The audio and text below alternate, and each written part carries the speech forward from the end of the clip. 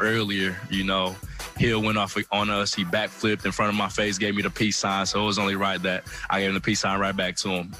At this moment, it felt amazing to be able to do that. Not even gonna lie.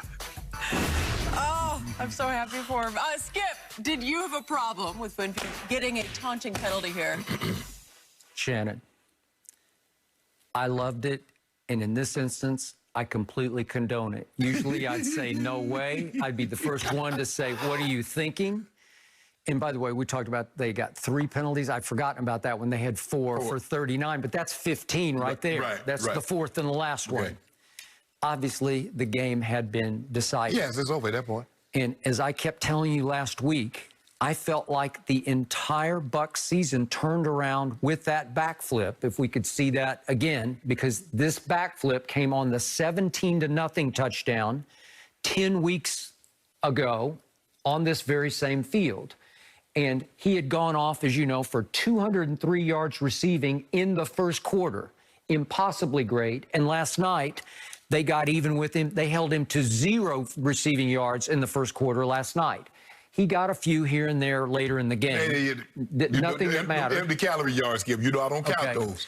So, to me, if you trace back to the backflip, their whole season changed because over the last 3 quarters of that game, 10 weeks ago, on that same field, November 29th, on Thanksgiving weekend, Tom Brady threw for 313 in the last 3 quarters. You can say they're empty calorie garbage yards, but he got them all the way back to 27-24.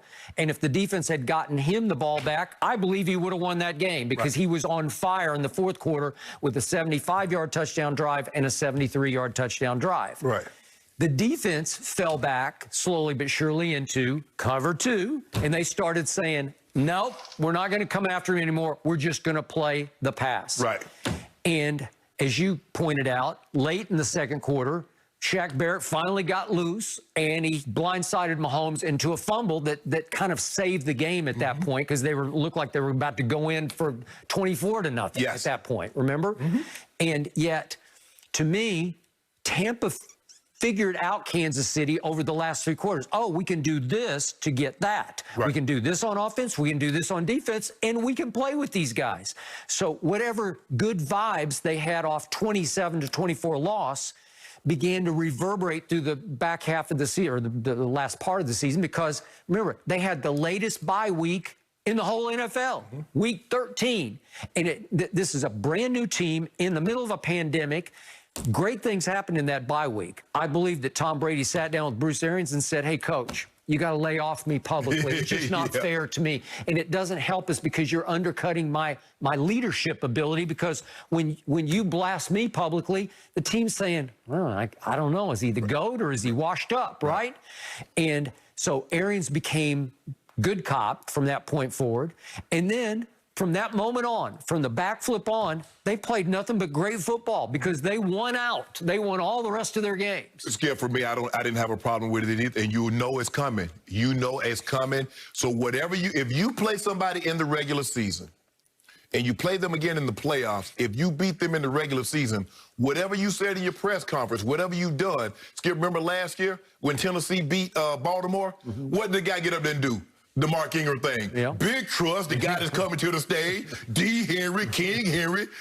If you got a problem, the best running back in football, you got a problem with that, come see me. So you know that's coming, Skip. I wanted to tell Tyreek, when he did what I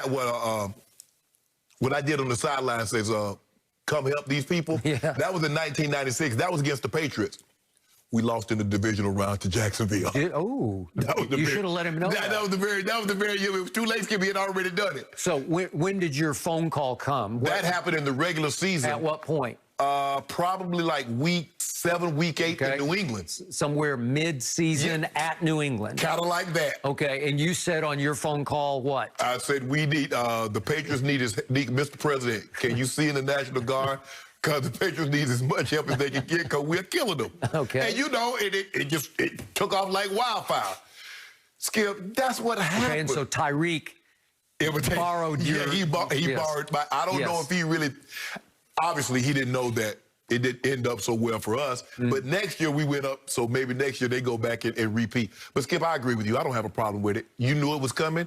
If they was going to win, so whatever you said in your press conference, whatever you did on the field, I'm surprised if they'd had somebody that could have backflipped, I'm sure they would have turned the backflip. Who can do that? Not many. I was thinking AB might be the only guy. Maybe.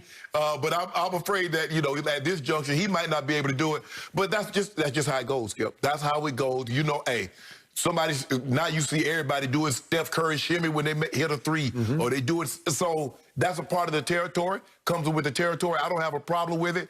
But Tyreek knew it was going to come, and you're going to see more of it. Yep. But the question I have, Skip, moving forward, is that the blueprint to how you stop Mahomes? Is that you play cover two? Because they don't have a guy that can run the football. You feel very comfortable being able to stop their run and say, we're not giving you anything cheap or deep, and we're going to make you nickel and dime your way, and can we get pressure? The question is, how effective is Eric Fisher going to come back with that Achilles injury? Yep. And is Mitchell Schwartz coming back? Because, Skip, I don't care who you got at quarterback. Yep. Without those two tackles, you're not doing anything.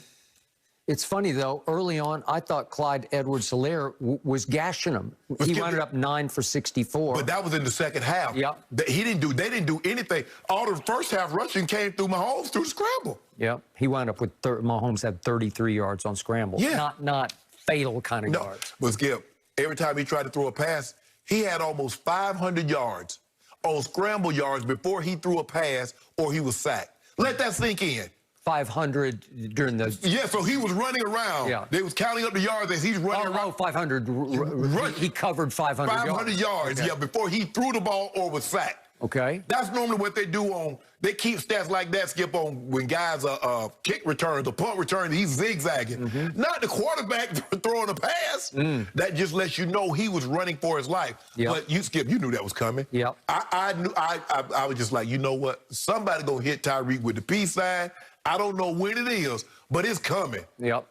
So Antoine Winfield Jr., his father obviously was a very good NFL player. I don't know if you played against him. I'm sure we did, Skip. I'm almost certain we did. Because I think we played Minnesota. We played Minnesota in my last year, 2002. Yep, okay. We played him, so he would have been there. So he was a second-round pick. He's 22 years of age. His fellow safety is Jordan Whitehead, who I wasn't sure would be able to play, but he played. He's got a bum shoulder, which didn't seem to come into play. He could still run. Those two safety, he's 23. So you got a 22-year-old and a 23-year-old playing cover two, and they're coming of age right before your eyes because Antoine... Dean might not be but like 24, 25. Carlton Davis like 24, 25. They're 24 and 24. Yeah. Okay, so it's a very young secondary that is growing up. It grew up last night right before it got torched again and again during the regular season, all the way up to the game at Atlanta coming out of the bye. In the first half, Matt Ryan threw for 239 in the first half. They might be a situation, Skip, where they might be systems guys. I would be very careful of those guys signing them, giving them big money in free agency. Because if I don't have pressure, if I can't get immense pressure, can they hold up on the back end like that without JPP and Shaq? Okay, but everybody said on the defense that Antoine Winfield Jr. just took it over and became the quarterback of the defense and the leader of the defense. He's sudden. He makes big hits. He makes plays. He's always in position. And that's what you need. Skip, it helps. Who made the play of the game at New Orleans on Jared Cook? He did. That was it. Game turner. Skip, that's what stripped him. It's nice to have a guy that his dad played. And so from a very young age, his dad is teaching him how to read keys and what to look for in down and distance, area of the field, situations. So he understands. He has a unique knowledge, like THT saying that when LeBron is talking to him, I'm absorbing everything because no other 20-year-old is getting that information. Taylor Horton Tucker. Right. Yep. So he's saying, I'm getting information from my dad that very few people can say, my dad was an NFL corner. My dad did this, and he's giving me all the keys currently what I need to be a better player. Which is why I don't have any issue with him getting a taunting foul because it was well-timed and message was resent. Oh, the game was already over. Yeah. It wasn't like it was. I'd have had a problem with it, Skip, if it's a one-possession ball game and you got backed up, you put your team in a situation, but it's 31-9. There ain't no 20. And that was fourth down. Yeah, so he knocks down the pass, and it's like game over. Ain't no 23-point plays out there in the NFL, so I don't have a problem with it. And you already know it was going to come. So Hey, you got to eat that one, Tyreek. Mm-hmm. But we'll get them next time. Yep. Well, will there be a next time? Oh, they're going to be back. Oh, they'll be back. They'll be back. Tampa Bay's going to be back, but I don't know. Tennessee's got a long mountain to climb here. They just need to make sure them tackles are back, but they need to get